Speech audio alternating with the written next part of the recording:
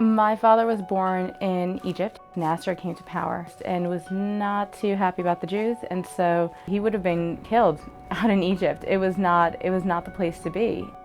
I was born in Baku, Azerbaijan. In the late 80s, a war broke out and we ran. We had to leave. We had to leave fast. I was born in Latvia. I was born in Riga, Latvia. My parents decided that Russia wasn't a place for me to grow up in.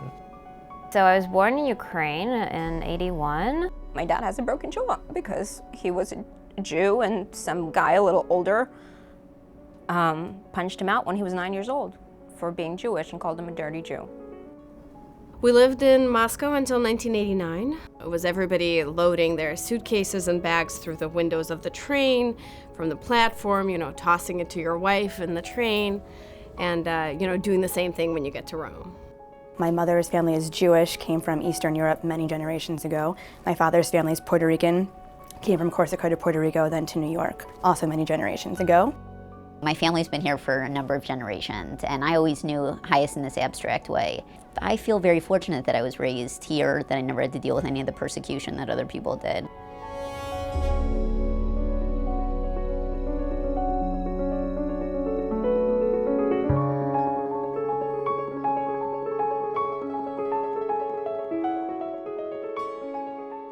A lot of people romanticize immigration, and it's not really a romantic experience. It's not a fun experience at all. You don't know the language, you don't know too many people, you don't know how you're going to flourish, and you have a 3.5-year-old son, And to make that journey with no money is kind of an incredible thing.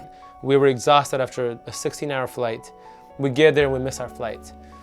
And we were totally lost. We spoke no English. We were sitting there at JFK airport having no idea what to do. And this man comes up to my father.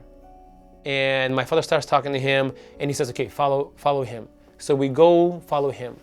And we go to a little motel that he sets us up with.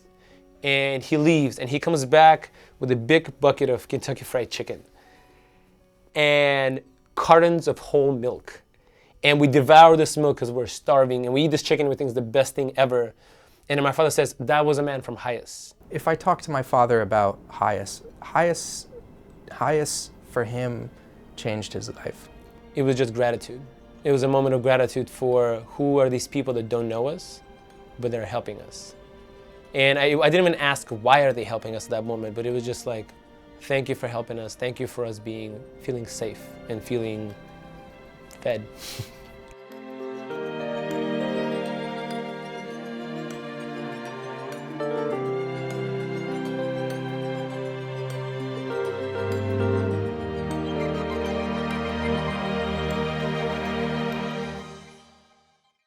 The young leaders, it's not just Russian immigrants, it's a lot of people whose families were helped by HIAS, 50 years ago, 30 years ago, 70 years ago. HIAS saved their family. HIAS put their family's roots here in the United States so that they could live in freedom. And now they feel like it's their obligation to do the same for others. About 8 members of my family actually came through HIAS. So just HIAS I thought was other people's story, and HIAS is my story as well. From a Jewish perspective, I always think of Abraham Joshua Heschel talking about working the civil rights movement, and when he was marching, he was praying with his feet, and I think it's really a way for me to act on my Jewish values on issues that I care about also from a civic standpoint.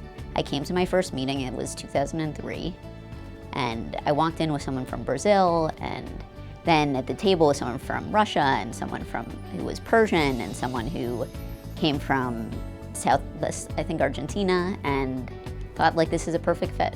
The HIAS Young Leaders in DC do a regular service project where we would go in every other week and tutor the students and speak English with them and help them prepare for the citizenship exam. I just thought I was a girl from Brooklyn, and here I am on the Hill talking to a senator or senator's aide, and just like any other person, and it's pretty empowering. I am very interested in being a responsible, effective global citizen, and HIAS allows me to do that on many different levels. It's unpredictable and it's exciting, and it's the future.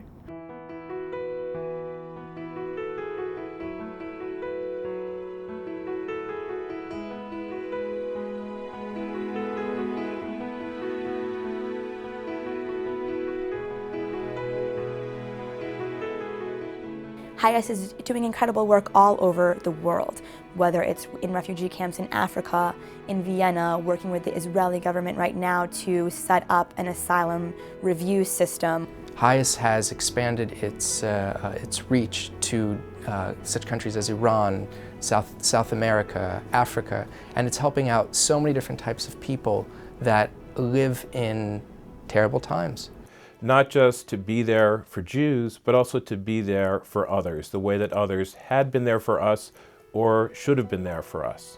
What HIAS is doing and what they have been doing and what they, I hope, continue doing for years and years is so amazing and honorable. For people who are really looking for a meaningful and fulfilling way to be engaged in activism, I could not find a better fit than HIAS. HIAS is an organization that has over 130 years of amazing contributions to the Jewish community and to the world.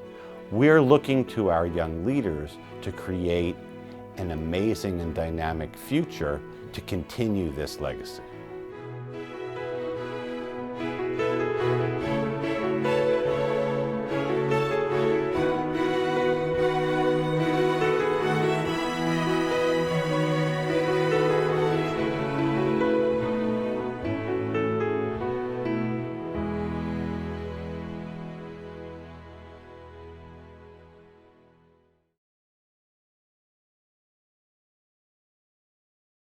This is me, 5 months old. I'm wearing like an American cowboy outfit. That is foreshadowing for where my life was going. And I thank HIAS for that. HIAS was a huge factor for me getting my real American cowboy outfit.